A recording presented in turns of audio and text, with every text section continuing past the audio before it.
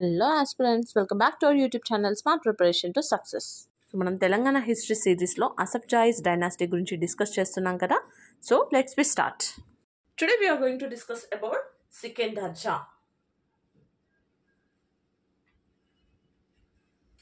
Sikandar Jah ఎవరితను?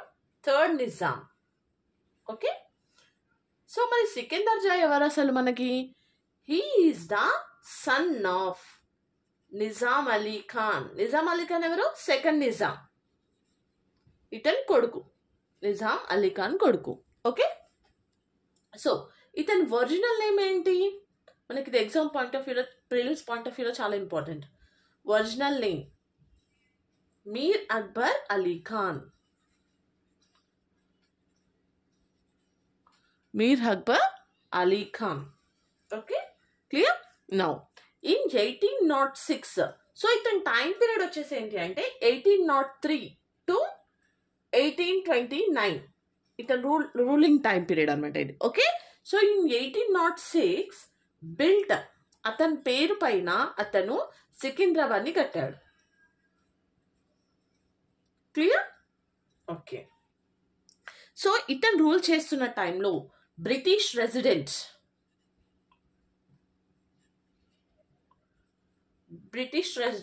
Henry రూజల్ ఇతను ఏం చేశాడంటే ఫార్మ్డ్ ఒక స్పెషల్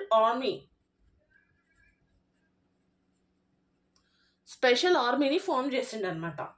ఓకే, ఆ ఆర్మీ నేమ్ ఏంటి? రూజల్ brigade.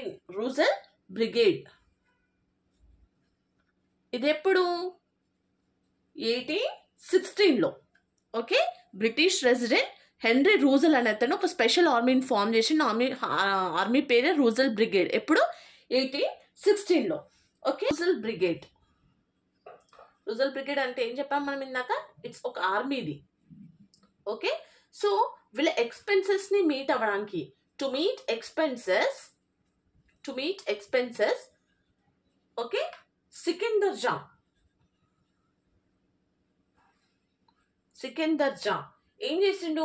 Made agreement. Okay, made agreement ఎవరితో? Made agreement with Palmer and Co కంపెనీతో అగ్రిమెంట్ తీసుకున్నాడు అనమాట. ఏమని తీసుకున్నాడు అంటే 25% the rate of interest on the advice of Russell advice తో 25% రేట్ ఆఫ్ ఇంట్రెస్ట్ తో లోన్ తీసుకోవడం జరిగింది వాళ్ళ ఎక్స్పెన్సెస్ మీట్ అవ్వడానికి. ఓకే, అసలు ఈ పాల్మర్ అండ్ కో కంపెనీ ఎవరు చేశారు? Started by Williams Palmer. ఎప్పుడు? హైదరాబాద్ ఇన్ 1811. ఓకే, సో మరి దీనికి ఇండియన్ పార్ట్నర్ ఎవరు?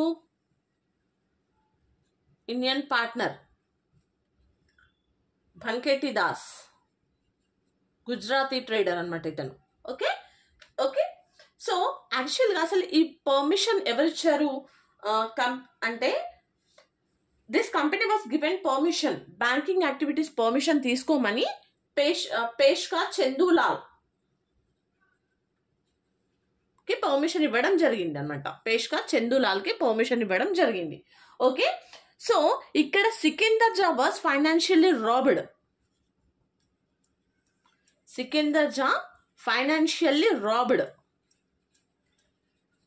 క్లియర్? సో రాబ్డ్ అయిన తర్వాత ఇతను ఎవరు మనకి? Henry Russell was dropped. ఎందుకంటే అతనే కదా ఇతని మొత్తం లాస్ చేసింది, నిజాం కింగ్డమ్ మొత్తం లాస్ అయింది. So at the time totally Nizam kingdom was in the downfall. At that time Charles Metcalfe was appointed. In the place of Henry Russell place లో వచ్చిండు అనమాట ఇతను. సో ఇతను వచ్చిన తర్వాత Metcalfe approved Nizam to the loan from British at 6%. So ఇతను ఏం అప్రూవ్ చేసిండు? Metcalfe approved that only not 25%, only 6% interest మాత్రమే, ఇంట్రెస్ట్ తోటే తీసుకున్నారు. కాకపోతే హెన్రీ రూజల్ 25% ఇంట్రెస్ట్ అని చెప్పడం జరిగింది అని క్లియర్ చేశాడు అనమాట. Okay, so Metcalfe reforms.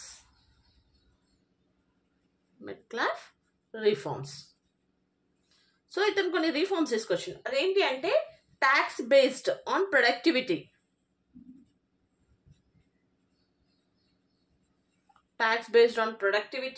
of the crop and income on వేటి పైన, ఖాల్సా, జాగిర్ అండ్ జతీదార్ ల్యాండ్స్. ఇవన్నీ కూడా ఏంటి, lands. Clear? Now European officials were appointed. European officials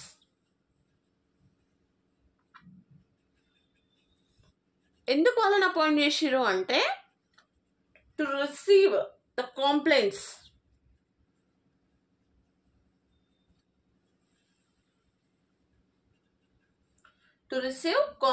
from farmers దగ్గర నుంచి కంప్లైంట్స్ రిసీవ్ చేసుకోవడానికి చేసారు అనమాట. Okay, by this reforms Nizam kingdom gains it position financial, మళ్ళీ గెయిన్ చేసుకుంది అనమాట. Okay, clear? Now at that time the Dewan of Sikandar Jah, ఆ టైంలో దివాన్ ఎవరున్నారు, మీర్ అలాం.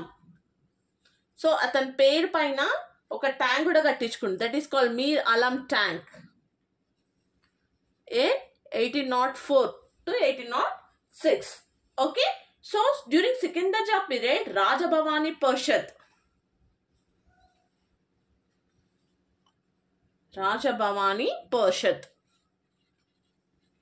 constructed.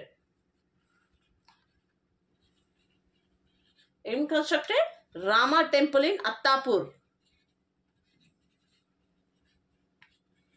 ekkadidi Attapur in Hyderabad. Okay, clear?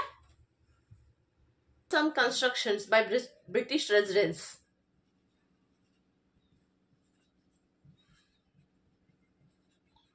British residency. Okay, so in between 1804 to 1808, James Kirkpatrick. So this person constructed British residence. Okay, constructed British residence